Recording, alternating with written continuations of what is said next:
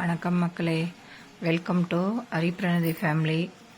உங்கள் அனைவருக்கும் இனிய தீபாவளி நல்வாழ்த்துக்கள். வாங்க இப்போ நம்ம வீட்டில் என்ன சமையல்னு பார்க்கலாம். நம்ம வீட்டில் என்ன சமையல்னா நாட்டுக்கோழி பிரியாணி, அப்புறம் கோழி குருமா, அப்புறம் முட்டை. இவ்வளோ தான் நம்ம வீட்டோட சமையல். அப்படியே ஒரு வாழை இலையை எடுத்து போட்டாச்சு. வாழை இலையை போட்டு அதில் கொஞ்சம் பிரியாணியை போட்டு அதுக்கப்புறமேட்டுக்கு அதில்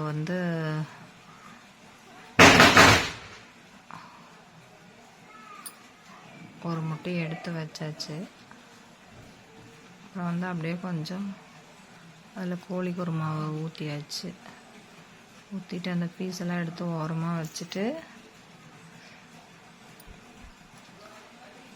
பசங்களாம் பட்டாசு வெடிச்சிட்ருக்குறாங்க.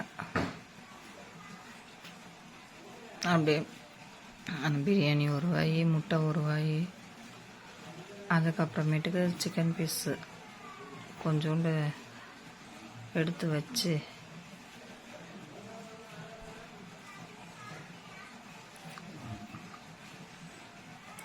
அப்படி முட்டை, சிக்கன் பீஸு, பிரியாணி மூணையும் சேர்த்து